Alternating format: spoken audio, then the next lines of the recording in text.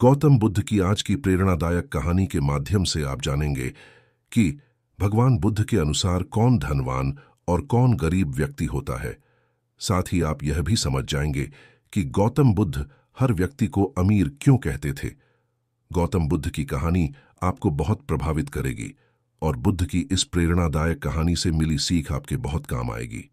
एक बार की बात है, एक राज्य के राजा ने गौतम बुद्ध को कुछ दिनों के लिए अपने राज्य में आने का निमंत्रण दिया।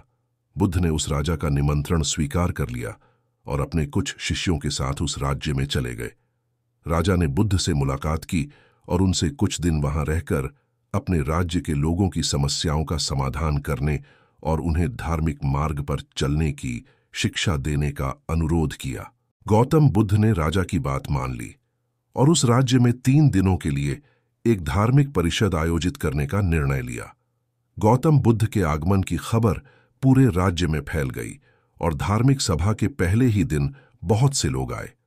उसी राज्य के चौराहे पर एक भिखारी बैठा रहता था। उसे भी गौतम बुद्ध के आने की खबर थी, लेकिन वह सोचने लगा कि धर्मसभा में जाकर और यहां बैठकर उसे क्या मिलेगा।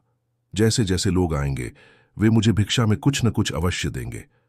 पहले दिन कई लोग आए और इस भिखारी ने अच्छी खासी कमाई की। अगले दिन फिर वही क्रम जारी रहा।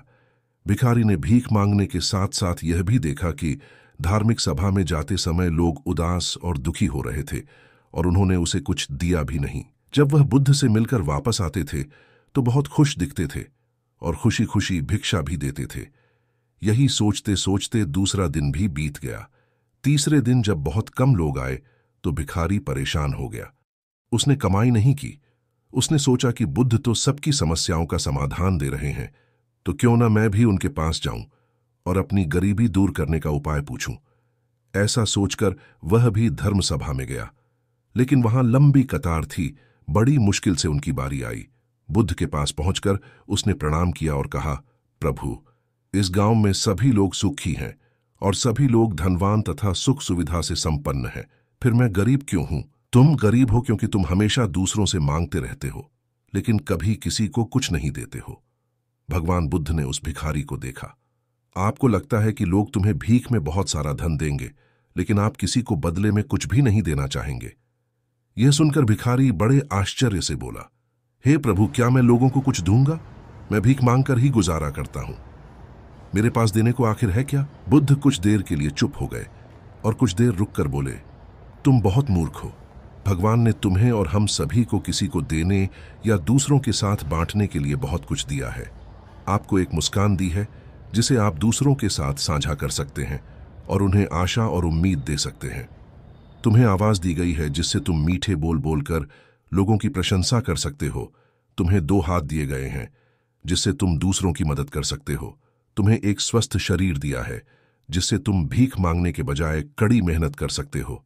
जिस व्यक्ति को भगवान ने बिना किसी कमी के ये चीजें दी हैं, वह कभी गरीब नहीं हो सकता। आप सिर्फ अपनी सोच के कारण गरीब हैं।